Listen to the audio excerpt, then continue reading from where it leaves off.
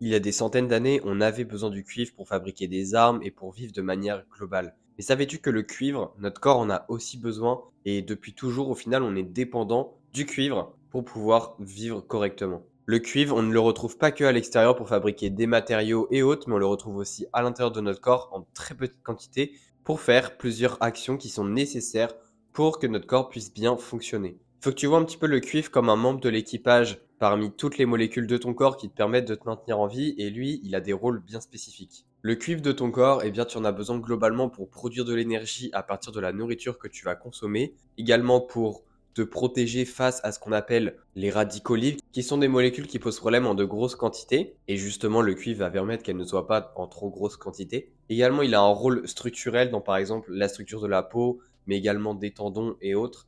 Et enfin, il a aussi un rôle au niveau de ton cerveau pour qu'il puisse bien fonctionner et bien avoir les neurotransmetteurs de façon à ce qu'il puisse bien transmettre les messages à ton corps. Avec ces 4 catégories de rôles qu'a le cuivre, eh bien, tu peux te douter que le cuivre est absolument nécessaire.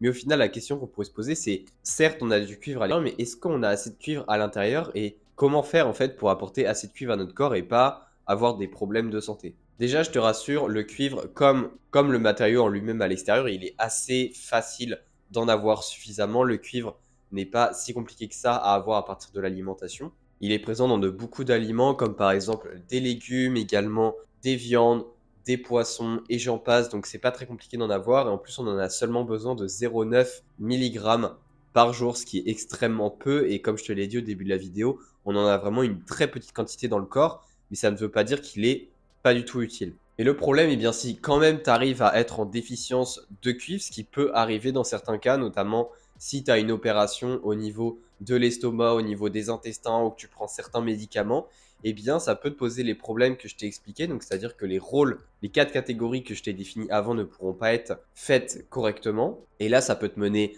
à une fatigue, à une peau qui est moins belle, à des potentiels problèmes au niveau du cerveau à long terme. Et en plus de ça, eh bien, ce qu'il faut comprendre, c'est que oui, le cuivre, si tu en manques, c'est problématique.